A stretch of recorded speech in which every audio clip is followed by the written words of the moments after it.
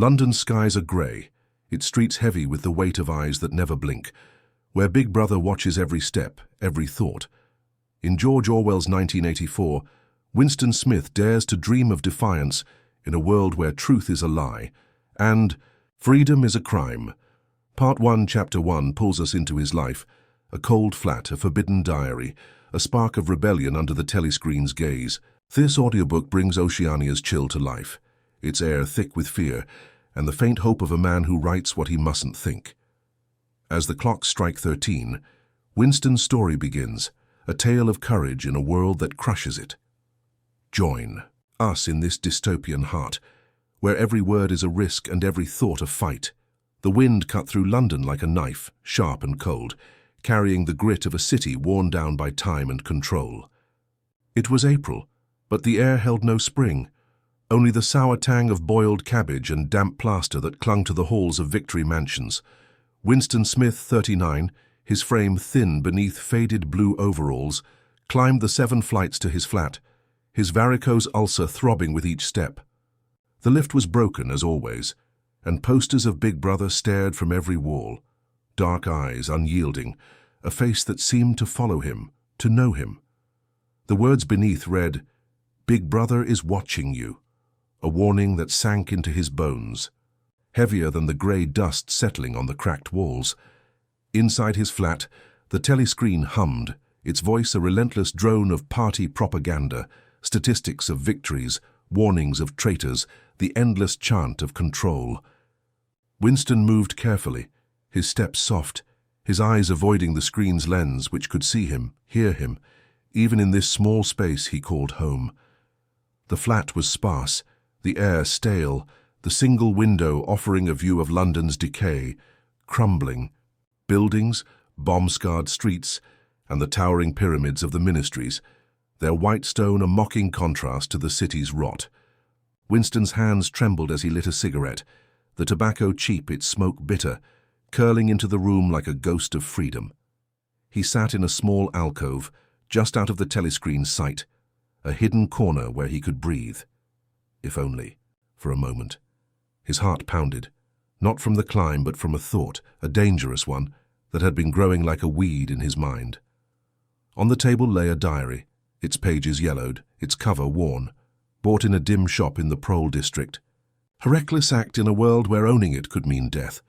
The telescreen blared on, reciting figures of steel production, lies dressed as truth, and Winston felt the weight of Oceania, its grip on his thoughts, his past, his soul.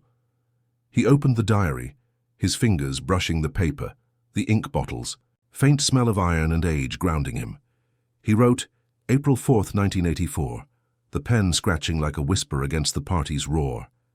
His mind flickered to the day's work at the Ministry of Truth, where he rewrote history, erasing names, wars, and lives to fit the party's ever-changing story.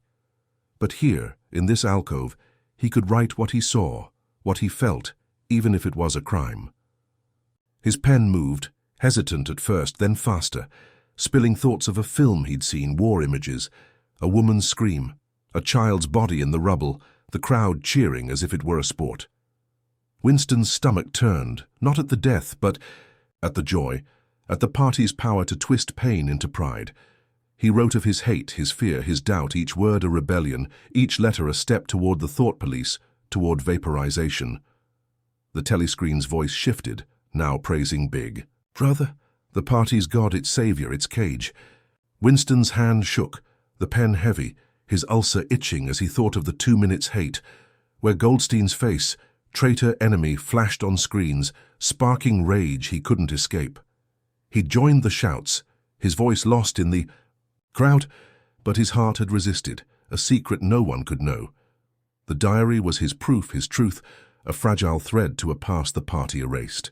He thought of his mother, a ghost in his memory, her face soft in a world before the telescreens, before Big Brother. The party said the past was theirs to shape, but Winston felt it in his bones, a truth they couldn't touch, not yet. He wrote faster, the words messy, his thoughts a jumble of fear and defiance, the ink a pulse against Oceania's grey heart. Outside, the wind howled, rattling the window, and Winston glanced at the street below, where proles shuffled, their lives ignored by the party, their freedom a kind of prison. He envied them, their ignorance, their songs, their lives untouched by the telescreen's eye. But he was party, an outer member, his mind chained to the ministry, to the lies he crafted daily. The diary was his rebellion, small but sharp, a cut against the party's skin.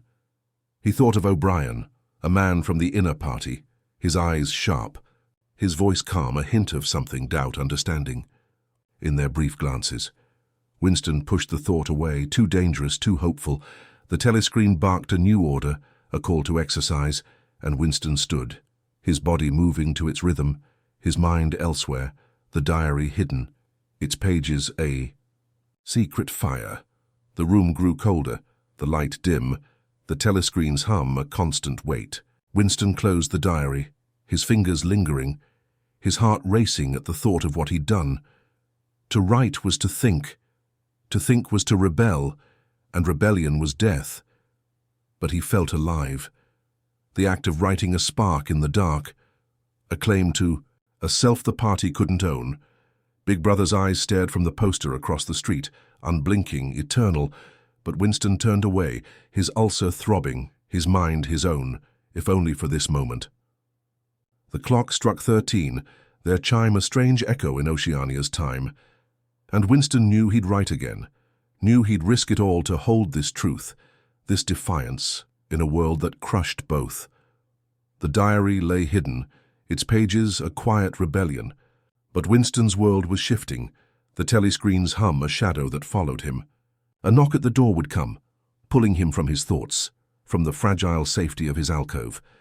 Mrs. Parsons, the neighbor with weary eyes and zealous children, would bring the party closer, her life a mirror of Oceania's control. As Winston stepped back into London's grey streets, the Ministry of Truth loomed, its lies waiting, and a glance from O'Brien would spark a dangerous hope, drawing Winston deeper into a fight he couldn't name. Winston Smith's world was a cage of grey stone and watchful eyes. London's streets heavy with Big Brother's gaze. In his flat at Victory Mansions, the telescreen's hum filled the air, its lens tracking every move, every breath. Winston, 39, his body worn, his ulcer itching, found a hidden alcove and opened a forbidden diary, its pages a rebellion against the party's grip. He wrote of hate, of doubt, of a film's horrors cheered by crowds, each word a crime that could bring death. The Ministry of Truth loomed where he rewrote history, erasing truth for lies. Outside the wind howled, Big Brother's posters stared, but Winston's pen moved, a spark of defiance in Oceania's shadow. As the clock struck 13, a knock at the door was coming, pulling him deeper into a world where thought was treason. The far air in Winston's flat was stale, thick with the sour smell of boiled cabbage and the faint metallic tang of fear. The telescreen's voice a relentless hum, spitting party slogans like venom. Winston closed his diary, its yellowed pages hidden in the alcove, his heart still racing from the words he'd dared to write, words of hate for Big Brother, words that could summon the thought police. The clocks had struck 13, their chime a warped echo in Oceania's twisted time, and the wind outside rattled the window, carrying the grit of London's broken streets. Winston stood, his thin frame stiff in his blue overalls, his ulcer throbbing as he moved toward the door, the telescreen's eye following him, unblinking. A god that never slept. A knock had sounded, sharp and sudden, cutting through the drone, and Winston froze, his breath catching, his mind flashing to black vans, to cells, to a life erased.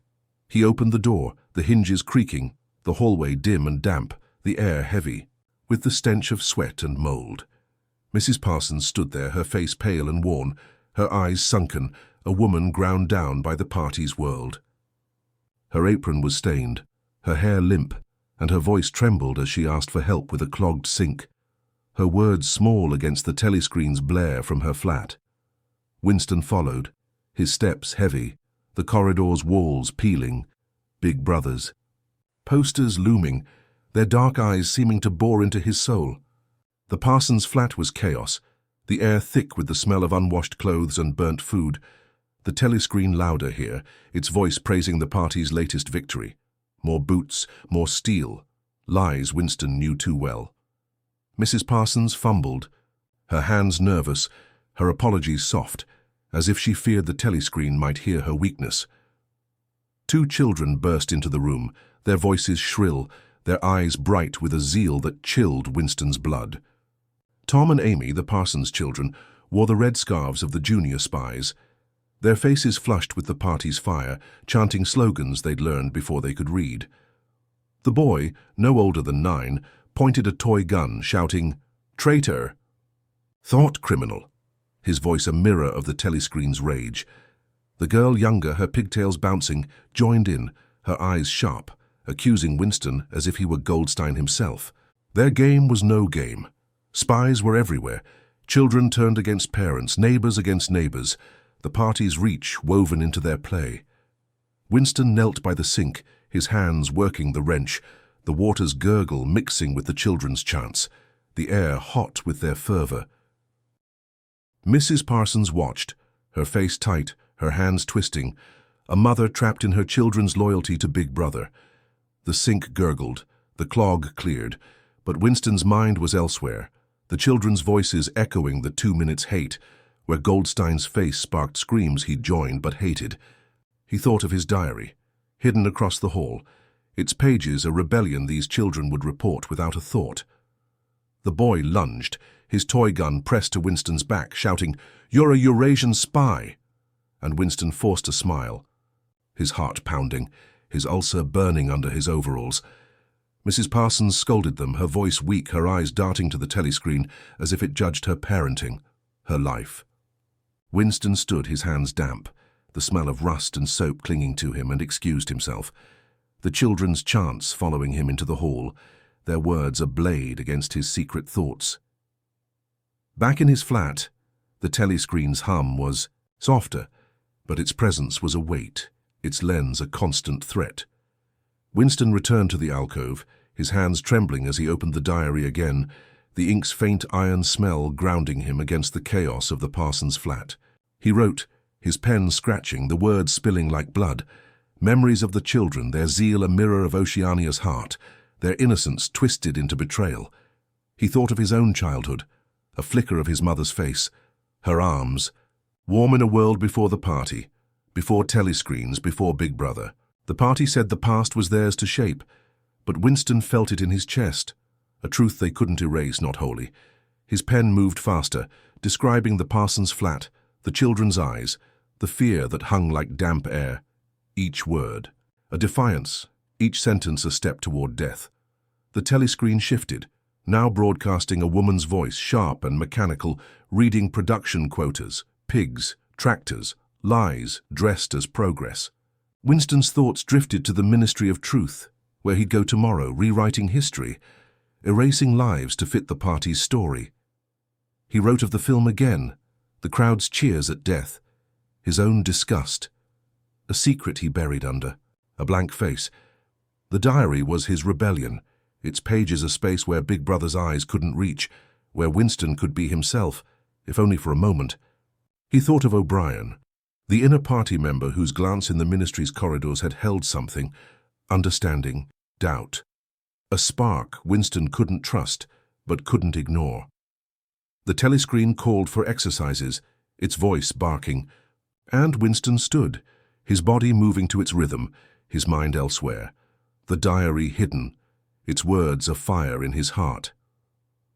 Outside, London's streets were dark, the wind carrying the faint hum of prole songs. Their lives a freedom Winston envied, their ignorance a shield he didn't have.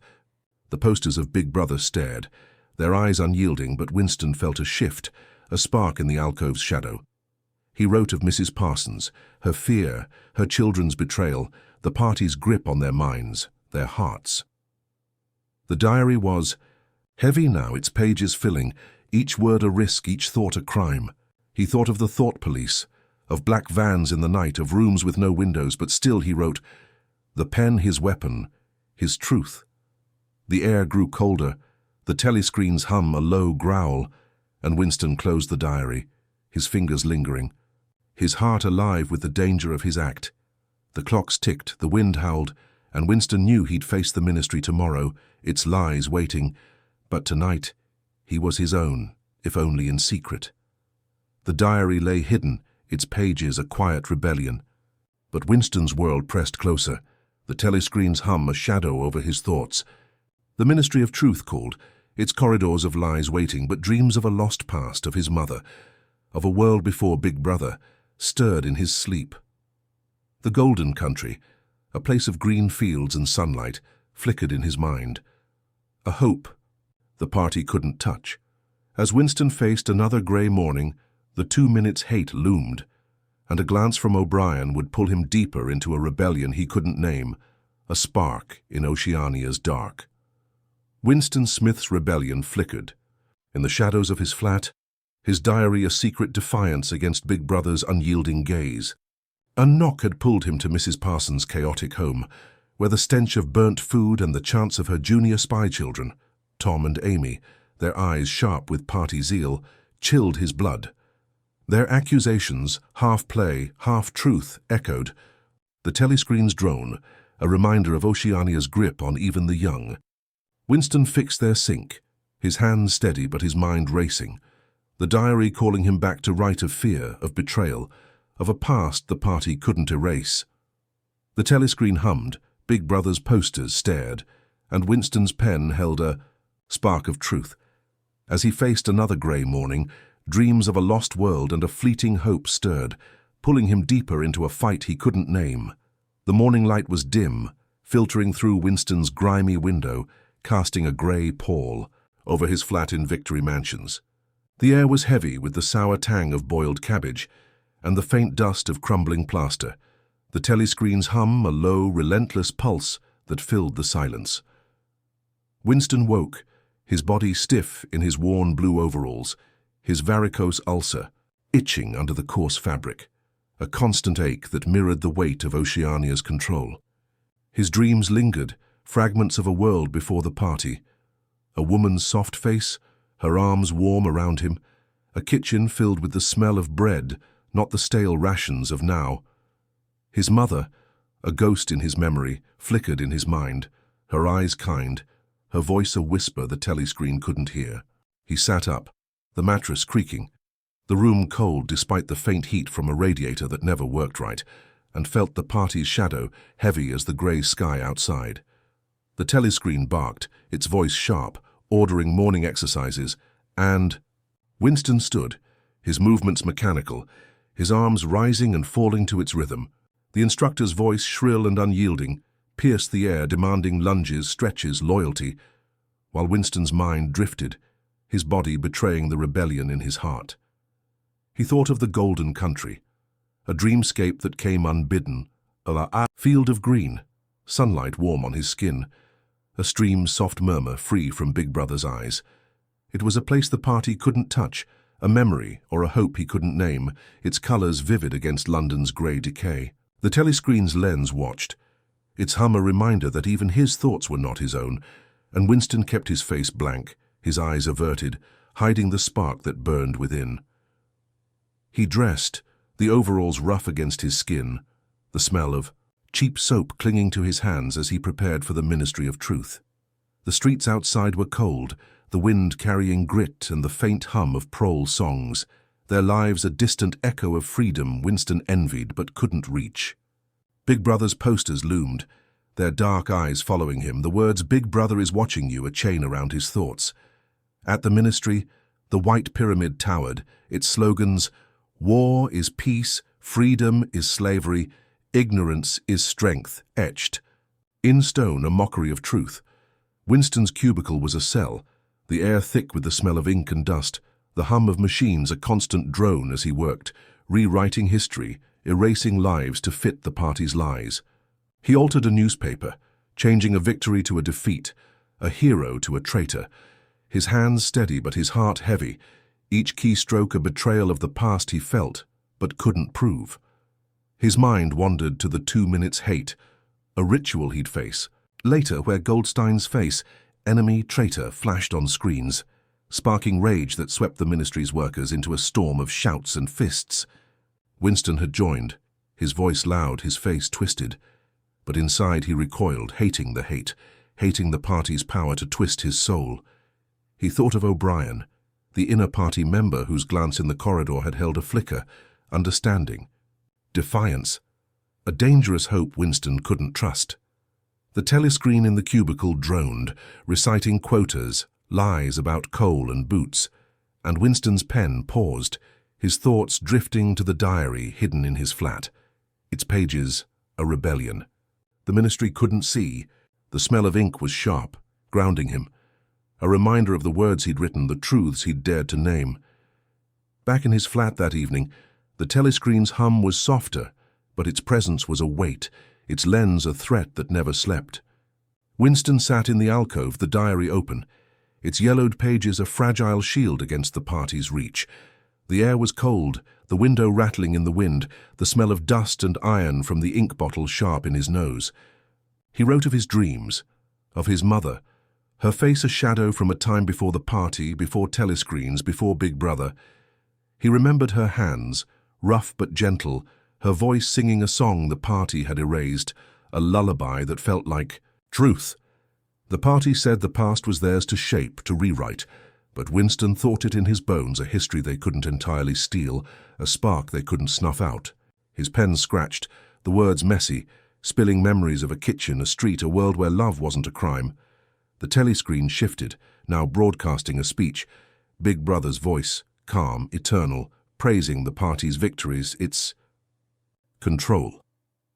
Winston wrote faster, his heart pounding, describing the 2 minutes hate, the crowd's rage, his own disgust buried under a mask of loyalty. He thought of the children in the parson's flat, their zealous chants, their eyes sharp with the party's fire, and felt a chill, knowing they'd report him, their own parents, anyone. The diary was his defiance, its pages a space where he could hate, could doubt, could be himself. He wrote of the Golden Country, its fields vivid in his mind, a place where he could breathe, where Big Brother's eyes didn't reach. The ink smeared, his hand trembling, each word a risk, each sentence a step toward the thought police, toward a cell with no windows. The ministry loomed in his thoughts, its corridors endless, its lies a weight he carried daily. He remembered a colleague, a man erased, his name gone from records, his life a ghost in the party's rewritten past. Winston's job was to make such ghosts, to erase truth, to build the party's myth, but in the diary he could fight, could hold a piece of himself. He thought of O'Brien again, his face sharp, his eyes a mystery. Was he ally or enemy, hope or trap? The telescreen barked an order, a call to sleep, and Winston closed the diary, his fingers lingering, the ink smell a faint anchor in Oceania's storm. Outside, London's streets were dark, the wind carrying the proles' songs, their lives a freedom Winston could only dream of. Big Brother's posters stared unyielding, but in the alcove Winston's rebellion lived, a spark in the grey, a truth the party couldn't touch. The clocks ticked, their hands moving in Oceania's strange time, and Winston lay in bed, the mattress thin, the air cold. His dreams returned, the Golden Country brighter now, its sunlight warm, its fields a promise of something the party couldn't name. He saw his mother, her face clearer, her eyes holding a love the party had outlawed. The telescreen hummed, its voice a distant threat, and Winston clung to the dream, to the diary, to the spark of defiance that kept him alive. Tomorrow the ministry waited, its lies endless, but tonight in the alcove's shadow, Winston was his own, his thoughts a rebellion the telescreen couldn't see.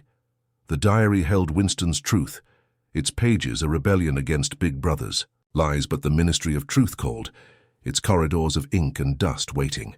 The Golden Country lingered in his dreams, a hope the party couldn't erase, but the 2 minutes hate and O'Brien's cryptic glance pulled him deeper into Oceania's heart. As Winston faced another day, his work rewriting history would test his defiance, each lie a weight, each erased life a wound. The telescreen hummed, the wind howled, and Winston's rebellion grew, a spark in the dark, leading him toward a fight he couldn't yet see. The Ministry of Truth loomed over London's grey streets, its white pyramid a stark monument against The sky, its surface scarred by bomb blasts but unyielding, a temple to the party's lies. Winston Smith hurried through its gates, the air sharp with the bite of early spring, the wind carrying the faint grit of dust and the sour tang of prole streets below. His blue overalls clung to his thin frame, his varicose ulcer throbbing with each step, a nagging reminder of his body's frailty in Oceania's unyielding world. Inside, the ministry was a maze of corridors, the air thick with the smell of ink, stale coffee, and the hum of machines that churned out the party's truth. Winston's cubicle was a small cell, its walls grey, its desk cluttered with papers and a speakwrite. The telescreen's lens glaring from the corner, its hum a constant drone, reciting quotas of steel and grain, lies dressed as progress. He sat, his hands steady but his heart restless, the weight of his job rewriting history, erasing lives, settling like dust in his lungs. The speakwrite whirred, its mechanical voice cold, as Winston dictated changes to a newspaper from years past, altering a speech by a party hero who'd vanished, his name now a crime. The original article, yellowed and brittle, spoke of victories that never happened, of a man the party had erased, and Winston's task was to make him a ghost, to rewrite the past to fit Big Brother's present. He typed, his fingers precise, changing dates, names, wars, until the article sang the party's tune. A new hero, a new victory, a truth that never was. The smell of ink was sharp, mingling with the dust of old records, and Winston felt a pang, a flicker of the past he'd felt in his dreams, a world the party couldn't touch. The telescreen blared, its voice praising Big Brother, and Winston kept his face blank, his eyes fixed on the screen, hiding the rebellion that burned in his chest. The corridor outside buzzed, footsteps echoing, voices low to avoid the telescreens. Winston moved to the records department, where pneumatic tubes hissed, carrying orders to erase, to rewrite, to unmake. He fed documents into a memory hole, the chute's heat licking his fingers as papers burned, their ashes erasing lives. Love's truths. A comrade, Tillotson, worked nearby, his eyes sharp, his hands quick. A man Winston suspected of watching him, of seeing too much.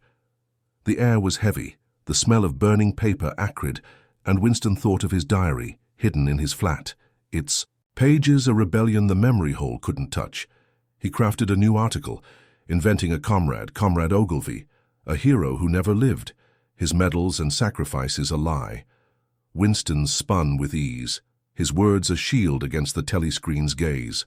The party's truth was fluid, a river Winston redirected daily, but in his mind he held a spark, a memory of a past they couldn't erase.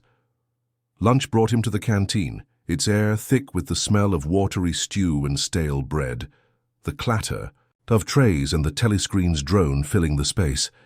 Winston sat alone, his spoon scraping the bowl, the taste metallic, the food barely food. Syme, a colleague from the research department, joined him, his voice sharp, his eyes bright with zeal for Newspeak, the party's tool to shrink thought, to kill ideas. Syme spoke of cutting words, of making language a cage, his words a hymn to Big Brother's control. Winston nodded, his face blank, but his stomach turned, seeing Syme's brilliance as a death sentence, a mind too clever for the party's trust. The telescreen barked, a new announcement of war gains, and Winston's thoughts drifted to the diary, to the golden country of his dreams, its green fields, a freedom Syme would never know. The canteen's noise pressed in, the smell of sweat and stew heavy, and Winston felt the party's grip, its eyes everywhere, even here. Back in his cubicle, the speakwrite hummed, the air warm with the heat of machines, the smell of dust and ink a constant weight. Winston worked on, rewriting a speech, erasing a war, his hands steady but his mind restless, the diary calling like a beacon. He thought of O'Brien, the inner party member whose glance in the corridor held a mystery, a hint of doubt, of rebellion, or a trap Winston couldn't see. O'Brien's face, sharp and calm, lingered in his mind. A dangerous hope he pushed, away knowing hope was a crime. The telescreen's voice shifted, now reciting poetry, a party hymn to Big Brother's glory, and Winston's pen paused, his thoughts on the diary, on the words he'd written of hate, of truth, of a past, the Party couldn't steal. The memory hole hissed, swallowing another record, another life, and Winston felt a chill, knowing his diary could meet the same fate, its pages ash if the thought police came. The day dragged, the ministry's corridors endless, the air thick with the hum of work and fear. Winston's ulcer itched, his overalls damp with sweat, the smell of coffee and paper clinging to him as he left for home. London's streets were grey, the wind cold, Big Brother's posters staring from every wall, their eyes unyielding, eternal. In his flat, the telescreen hummed its lens watching, but Winston moved to the alcove, the diary's pages open, the ink's iron smell sharp in the air. He wrote of the ministry, of Syme's zeal, of the memory hole's hunger. Each word, rebellion, each sentence a risk. The golden country flickered in his mind, its sunlight warm, its fields free, a dream the party couldn't touch. He wrote of his mother, her face clearer now, her love a truth the party had outlawed, and felt a spark, a defiance that kept him alive. The telescreen barked an order, a call to evening exercises, and Winston stood, his body moving to its rhythm, his mind elsewhere. The diary lay hidden, its pages heavy with his thoughts, his hate, his hope. He thought of the proles outside, their songs faint in the wind, their lives a freedom he envied, their ignorance a shield he didn't have. The ministry's lies weighed on him, each erased life a wound, but the diary was his fight, his truth, a spark in Oceania's dark. The clocks ticked, their hands moving in the party's strange time, and Winston knew tomorrow would bring more lies, more erasures, but tonight, in the alcove's shadow, he was his own, his rebellion, a fire the telescreen couldn't see. The diary held Winston's rebellion, its pages a spark against the ministry's lies, but the telescreen's hum never ceased, Big Brother's eyes never blinked. The canteen waited, its air thick with stew and zeal, where Syme's talk of Newspeak and Parsons' unquestioning loyalty would mirror Oceania's heart. A dark-haired girl's glance, sharp and unreadable, would stir Winston's fear. Was she, friend or foe, thought police or something else? The diary called, its ink a lifeline, and Winston's rebellion grew, a whisper in the dark, pulling him toward a fight he couldn't name, a hope he couldn't trust. The canteen in the Ministry of Truth was a cavern of noise, its air thick with the stench of watery stew and stale bread, the clatter of trays, and the telescreen's relentless drone weaving a net over every voice. Winston Smith sat at a worn table, his blue overalls damp with the sweat of a long morning's work, his varicose ulcer itching beneath the coarse fabric, a dull ache that matched the weight of Oceania's grey sky outside. The telescreen blared, its voice sharp, reciting victories in a war Winston knew was a lie, its lens watching, unblinking, as if it could see the rebellion in his heart. The stew was tasteless, its broth thin, the spoon cold in his hand.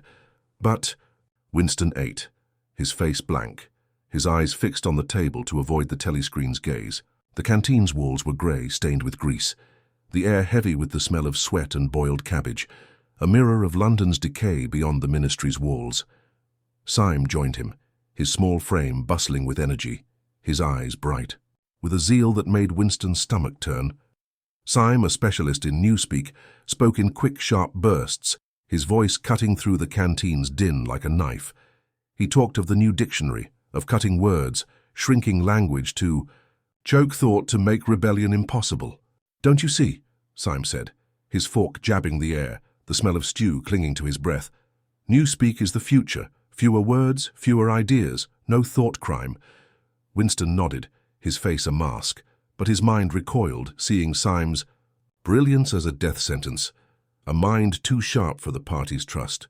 The telescreen's voice rose, praising Big Brother's wisdom, and Winston felt the party's grip, its power to twist minds, to make men like Syme worship their own chains. Across the canteen, Parsons sat, his broad frame slumped, his face red, with the effort of loyalty, his voice loud as he boasted of his children's zeal, Tom and Amy, junior spies who chanted slogans and played at betrayal. The smell of his sweat mixed with the stew's odor, and Winston's thoughts drifted to the Parsons flat, to the children's accusing eyes, their toy guns aimed at his back. Parsons laughed, his words thick. "My girl caught a neighbor hiding bread, reported him to the thought police."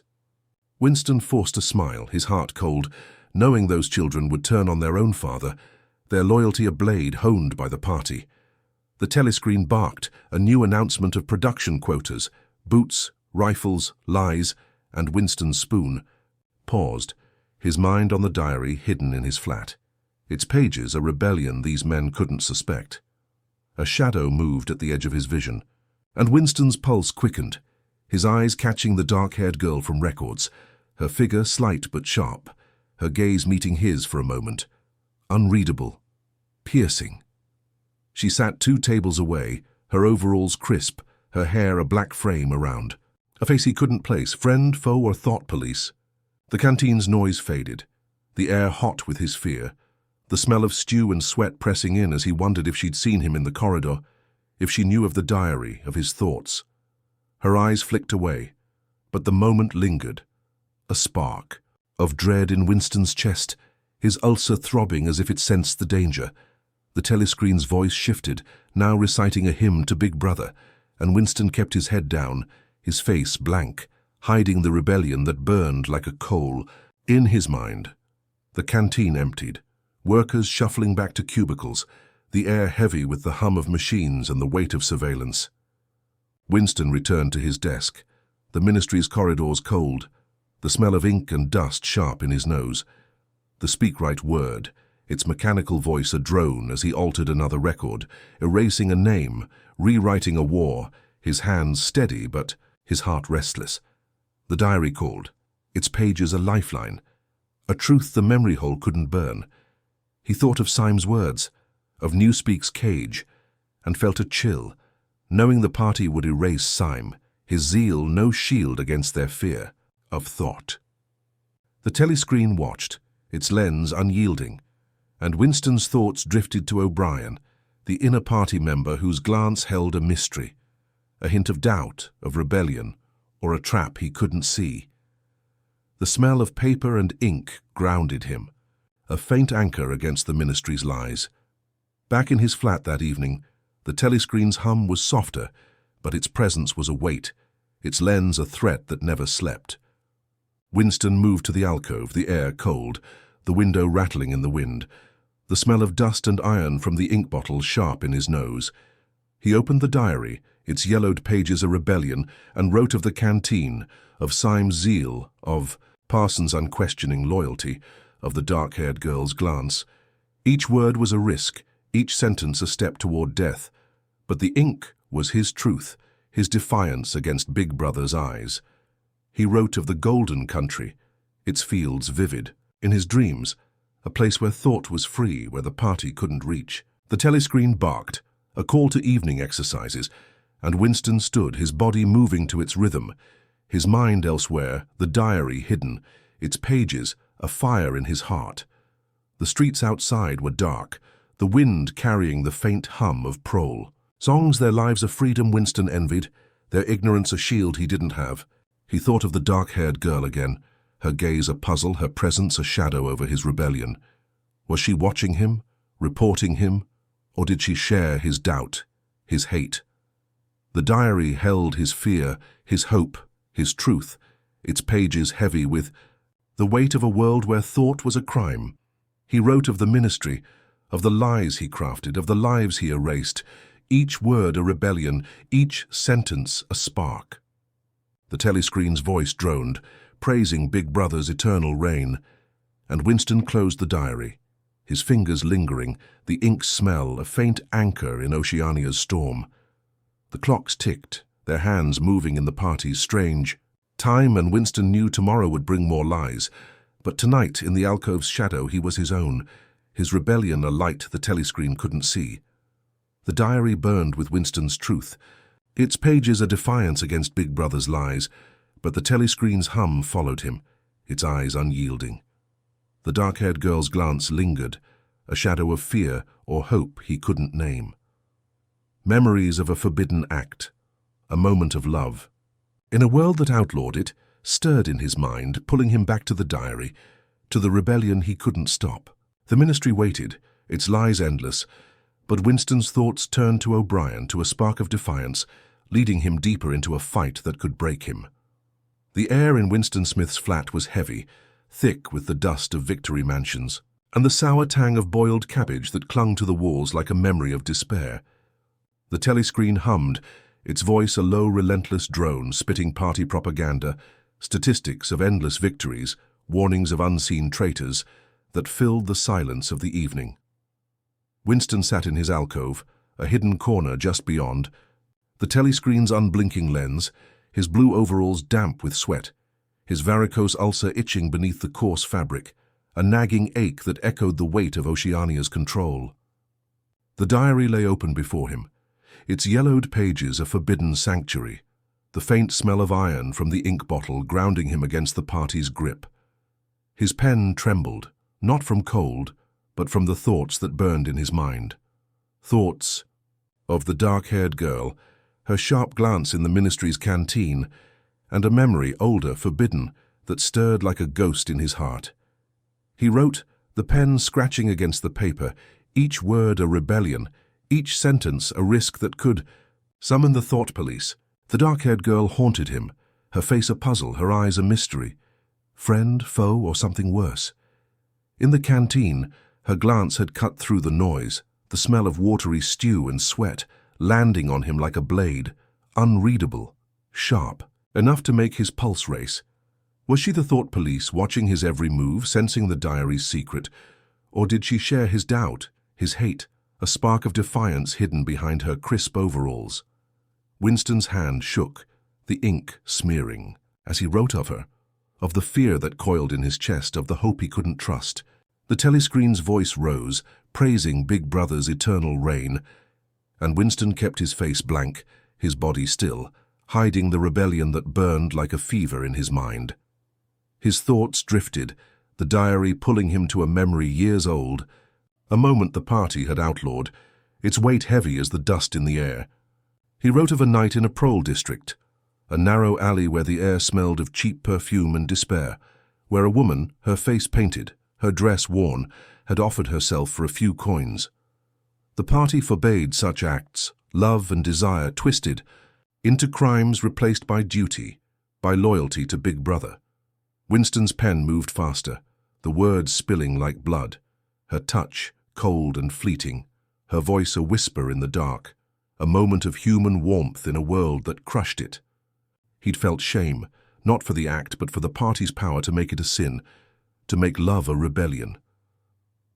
The telescreen hummed, its lens watching, and Winston's heart pounded, the diary a lifeline, its pages holding a truth the party couldn't erase. The memory faded, but the dark-haired girl lingered, her face sharper in his mind, her glance a shadow over his rebellion. He wrote of her, of the canteen, of the ministry's corridors where her eyes had met his, brief but piercing, a moment that felt like a question he couldn't answer. The air in the alcove was cold, the window rattling in the wind, the faint hum of prole songs drifting from the streets below, their lives a freedom Winston envied, their ignorance a shield he didn't have. He thought of O'Brien, the inner party member whose glance in the ministry held a mystery, a hint of understanding, of defiance, or a trap Winston couldn't see. The diary filled with his fear, his hope, his hate, each word a crime, each sentence a step toward death. The telescreen barked, a call to evening exercises, and Winston stood, his body moving to its rhythm, his mind elsewhere, the diary hidden, its pages a fire in his heart. The clocks ticked, their hands moving in Oceania's strange time, and Winston's thoughts returned to the past, to a world before the party, before telescreens, before Big Brother. He wrote of his mother, her face a ghost in his memory, her hands rough but gentle, her voice a song the party had erased. The golden country flickered in his mind, its green fields vivid, its sunlight warm, a place where love was not a crime, where thought was free. The party said the past was theirs to shape, to rewrite, but Winston felt it in his bones, a truth they couldn't steal, a spark they couldn't snuff out. His pen scratched, the ink's iron smell sharp, grounding him against the telescreen's drone, against the weight of a world where thought was treason. The ministry loomed in his thoughts, its corridors of ink and dust, its memory holes burning. Lives, truths, loves. He wrote of his work of erasing history, of crafting lies to fit Big Brother's story, each act a wound, each erased life a weight. The dark-haired girl's face returned, her glance a puzzle, her presence a danger. He couldn't name. Was she watching him, reporting him, or did she feel the same hate, the same need to break free? The diary held his questions, his doubts, his rebellion, its pages heavy with the weight of a world that crushed the human heart. He thought of the prole woman again, her painted face, her tired eyes, a moment of connection the party couldn't touch, and felt a pang, a longing for something real, something the telescreen couldn't see. The telescreen's voice shifted, now reciting a speech, Big Brother's calm, eternal tone praising the party's victories, its control. Winston closed the diary, his fingers lingering, the ink's smell a faint anchor in Oceania's storm. The air was colder now, the window rattling louder, the wind carrying the faint hum of prole songs, their lives a distant echo of freedom. He thought of the dark-haired girl of O'Brien, of the Golden Country, each a spark of hope, each a risk he couldn't avoid. The diary was his rebellion, its pages a truth the party couldn't erase, a defiance that kept him alive. The telescreen hummed, its lens unyielding, but Winston was in the alcove, his thoughts his own, if only for this moment. The clocks struck, their chime a strange echo in Oceania's time, and Winston knew tomorrow would bring the ministry, its lies endless. But tonight, his rebellion burned, a light the telescreen couldn't see. The diary held Winston's rebellion, its pages a spark against Big Brother's shadow, but the telescreen's hum never ceased, its eyes never blinked. The dark-haired girl's glance lingered, a fear and hope he couldn't name, while memories of a forbidden past burned in his mind. The ministry waited, its lies a weight, but Winston's thoughts turned to the proles, to their songs, to a truth the party couldn't touch. His diary grew, each word a risk, pulling him deeper into a rebellion that could break him, a fight he couldn't stop, a hope he couldn't trust. The air in Winston Smith's flat was heavy, thick with the dust of victory mansions and the sour tang of boiled cabbage that seeped through the cracked walls, a constant reminder of London's decay. The telescreen hummed, its voice a relentless drone, spitting party propaganda, endless victories, unseen enemies that filled the silence of the evening. Winston sat in his alcove, a hidden corner just beyond the telescreen's unblinking, lens his blue overalls clinging to his thin frame, his varicose ulcer itching beneath the coarse fabric, a dull ache that mirrored the weight of Oceania's control. The diary lay open before him, its yellowed pages a forbidden refuge, the faint iron smell of the ink bottle anchoring him against the party's grip. His pen trembled, not from the cold, but from the thoughts that burned in his mind. Thoughts of the proles, their songs echoing in the streets below, and a hope, fragile and dangerous, that the party couldn't crush. He wrote, the pen scratching against the paper, each word a rebellion, each sentence a risk that could bring the thought, police to his door. Winston's mind turned to the proles, the masses who lived beyond the party's reach, their lives a chaos of poverty and ignorance, yet free in a way he envied. Outside, the wind howled, carrying the faint hum of their songs, their voices rough, but alive, untouched by the telescreen's drone. The proles were 85% of Oceania, Winston wrote, their numbers a tide that could sweep the party away if they ever woke, if they ever saw the truth. But they didn't.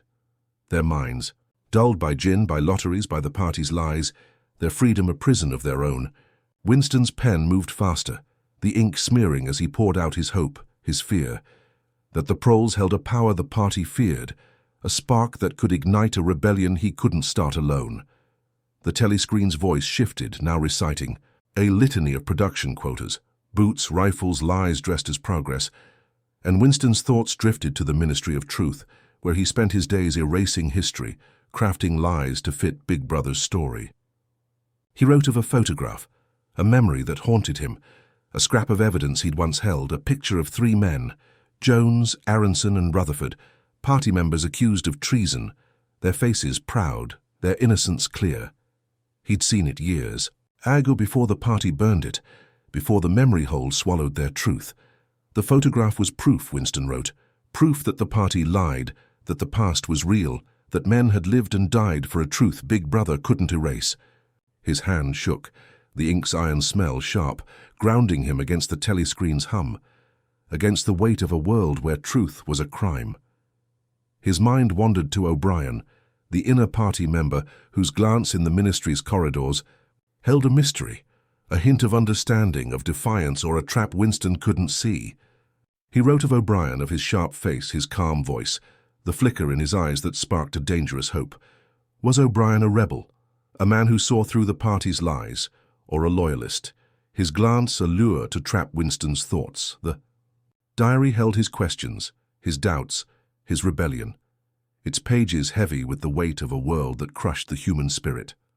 The telescreen barked, a call to evening exercises, and Winston stood, his body moving to its rhythm, his mind elsewhere. The diary hidden, its pages afire in his heart. The air was cold, the window rattling in the wind, the faint hum of prole songs drifting from the streets below, their lives a freedom he could only dream of. Winston's pen returned to the proles, to their streets, their songs, their lives untouched by the telescreen's eye. He wrote of a market he'd passed, the smell of fish and gin, the shouts of vendors, the laughter of children who played without fear of junior spies. The proles were alive, he wrote, their hearts beating in a way the parties didn't, their ignorance a shield, but also a chain. If they could see, if they could know, they could rise, their numbers a wave that could drown Big Brother's eyes. But the party kept them blind, their lives a cycle of work and drink, their thoughts too small for rebellion. Winston's ulcer throbbed, his overalls damp with sweat. The ink smell a faint anchor as he wrote of hope, of a future the proles might claim, a future he might never see. The telescreen's voice rose, now reciting a speech, Big Brothers, calm eternal tone praising the party's control, its victories. Winston wrote of the photograph again, of Jones, Aronson and Rutherford, their faces clear in his mind, a truth the party had burned but couldn't erase from his memory. He'd seen it in the ministry, a fleeting proof of a past the party denied, a past where men stood against lies, where truth was absolute. The diary held his defiance, its pages a rebellion the memory hole couldn't touch, a spark that kept him alive. He thought of his mother, her face a ghost in his memory, her hands gentle, her voice a song the party had outlawed. The golden country flickered in his mind, its green fields vivid, its sunlight warm, a place where truth was not a crime, where hope was not a death sentence. The clocks ticked, their hands moving in Oceania's strange time, and Winston's thoughts returned to the ministry, to the lies he crafted, the lives he erased. He wrote of O'Brien, of the proles, of the photograph, each a spark of rebellion, each a risk that could end him. The telescreen hummed, its lens unyielding, but Winston was in the alcove, his thoughts his own, if only for this moment. The air grew colder, the window rattling louder, the wind carrying the proles' songs, their voices a distant echo of freedom.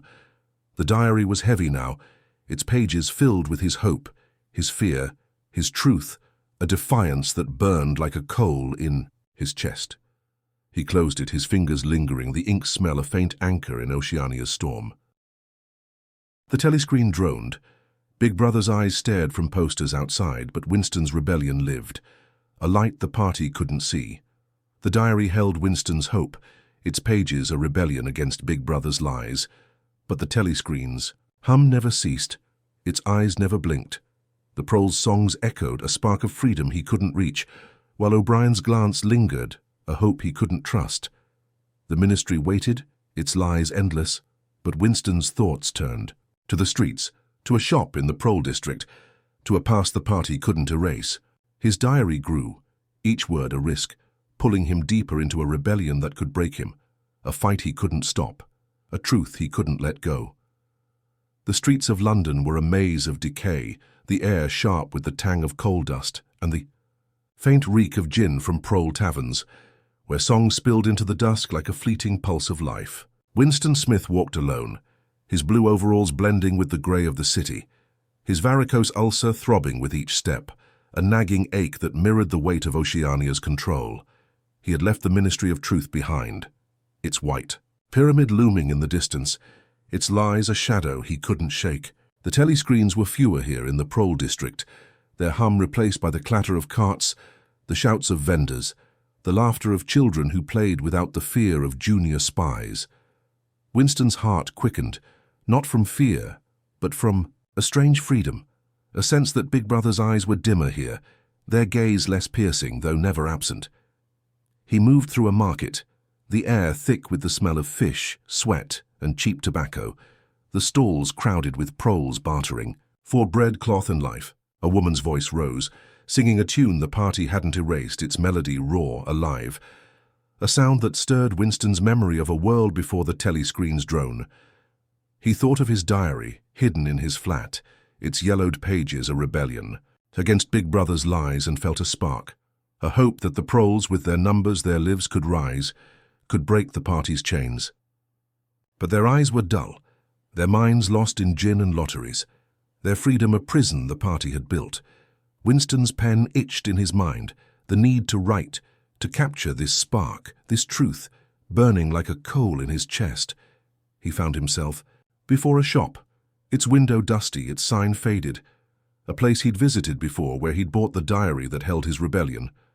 The door creaked as he entered, the air heavy with the musty smell of old books, cracked leather, and time.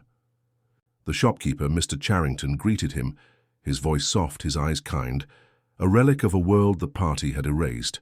The shop was a maze of relics, clocks, lamps, a glass paperweight with a coral heart, its glow catching Winston's eye, a piece of the past that felt alive, untouched by Big Brother's hand. Winston's fingers brushed the paperweight, its smoothness a comfort, its weight a truth the party couldn't rewrite. Charrington spoke of history, of songs and streets long gone, and Winston listened, his heart heavy with the past he felt, but couldn't prove, the past his diary fought to hold. Upstairs, Charrington showed him a room, its air stale but warm, the smell of old wood and faded cloth a balm against Oceania's grey. A bed stood in the corner, its mattress worn but soft, a fireplace empty but promising warmth, a window overlooking a yard where proles sang, their voices free from the telescreen's hum. Winston's breath caught, imagining a life here, a place, without Big Brother's eyes, where he could write, could think, could be. The room was a dream, a piece of the golden country from his mind, green fields, sunlight, freedom, and Winston felt a pang, a longing for a life the party had outlawed. Charrington's voice was gentle, his stories of old London a thread to a past Winston clung to, a past the Ministry's memory holes couldn't burn. The telescreen's absence was a weight lifted, but Winston's fear lingered, the dark-haired girl's glance from the canteen flashing in his mind, her eyes sharp, unreadable. Thought police or rebel he couldn't know. He thought of O'Brien, the inner party member whose glance held a mystery, a hint of defiancy or a trap Winston couldn't see. The diary called, its pages waiting in his flat, and Winston bought the paperweight, its coral heart a spark of hope, a piece of the past to carry with him. The shop's air was thick, the smell of dust and leather grounding him, and Winston left, the paperweight heavy in his pocket, a rebellion as small and dangerous as the words he wrote. Back in the queue, streets the proles moved around him, their lives a chaos of noise and life, their songs a defiance the party didn't hear. Winston passed a pub, its windows fogged, the smell of gin and tobacco spilling out, the laughter inside a sound the telescreen couldn't touch. He said to an older man, his face weathered, his eyes dull with gin, and asked him of the past, of a time before the party. The man's words were muddled, stories of top hats and hunger, of a world Winston felt but couldn't grasp. The proles held the truth, Winston thought, their memories a spark the party hadn't snuffed out, but their minds were lost, their stories broken, their power sleeping. His ulcer throbbed, the wind cold against his face, and Winston walked on, the paperweight a weight in his pocket, the diary a fire in his mind. In his flat, the telescreen hummed, its lens watching, its voice reciting quotas, lies dressed as truth. Winston sat in the alcove, the diary open, the ink's iron smell sharp in the air. He wrote of the shop, of Charrington's room, of the paperweight's glow, each word a rebellion, each sentence a risk. He wrote of the proles, their songs, their lives, their potential to rise, a hope that burned like the golden country in his dreams. The telescreen barked, a call to exercises, and Winston stood, his body moving to its rhythm, his mind elsewhere, the diary hidden, its pages afire. In his heart, the clocks ticked, their hands moving in Oceania's strange time, and Winston knew tomorrow would bring the ministry, its lies endless. But tonight, in the alcove's shadow, his rebellion lived, a light the telescreen couldn't see.